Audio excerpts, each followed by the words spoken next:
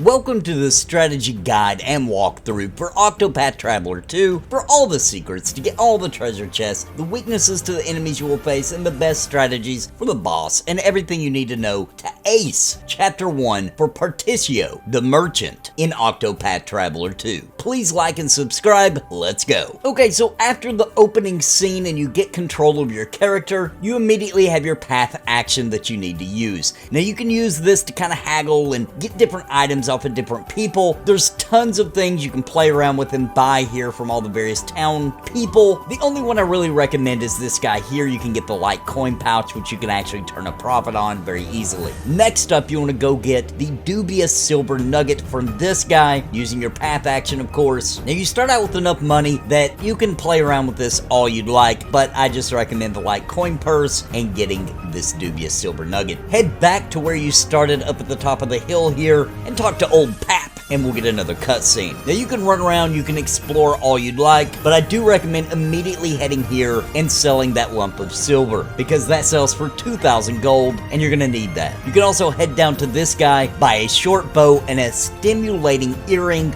big upgrades, go ahead and equip those. So just head back up to Partitio's house again for another cutscene. Now you're gonna have to hire some people to help you. This is much like the dancer, where except for you pay for it in this case, and get people to follow and help you, and they can be summoned during battle basically. You can only do one character at a time, however. Remember, they're only there for a limited time. But anyway, honestly, just pick any of them. It doesn't really matter. Grab one, hire them, and head over here to the right into the silver mine. Now you're going to be facing enemies now. I do recommend leveling up a bit, at least get to level 5 or 6. And if you ever do run out of money and you need some, just come grind it out and get some money from here. Now, when we head up here on the second level here, there is going to be a chest. Let's grab that for a healing grape, and then you'll head on up and you'll enter a cutscene. Now, after the cutscenes are all over, head back into Partitio's home and go into this little room here because we have a treasure chest here to get. Now, there are new items for sale at this point. I didn't find any of them really worth the time. However, over here on the left side of these buildings, there is a little bit of stairs poking out. Run up there and run across here and make sure you get over here to this chest. I have a feeling a lot of people are going to miss this one.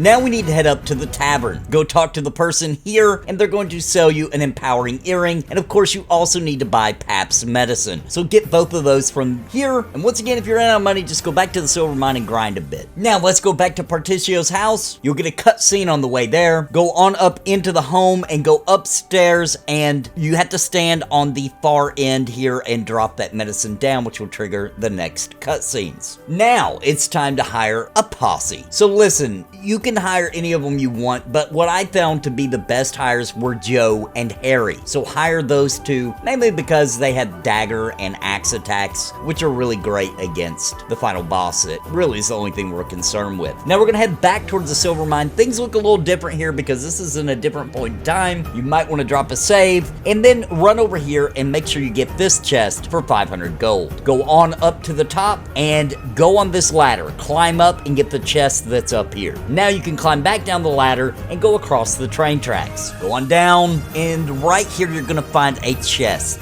Go ahead and grab that, and then we're gonna head on to our actual place we're going, which is Gift's mansion here. Now you're gonna get in some fights inside of here. If you do get the egg guy, he's weak to spear and fire. If you get the guard dog, he's weak to swords and spears. The ice guy is weak to spears, axes, and fire. And the thugs are weak to daggers, axes, bows, and fire. Take a right when you get in here though immediately, because there's a chest in this room over here, which is another healing grape. Now we're gonna head over to the left into here, which is gonna take you out into the courtyard. Go straight for these double doors, and inside here is another treasure chest that has a small silver ore, which sells for good money, good gold, so you definitely want that. Then when you head back out the double doors, head over here and go down, and you're gonna find another chest. This one has the bronze shield. Now go ahead and equip that. That is an upgrade, and go on up the stairs and head over here. Now the second room room over here has a leather helm, which is another upgrade, so let's make sure we go in there and get that. Now as we head over here, you're going to see a save point and someone that can sell you some goods. I would recommend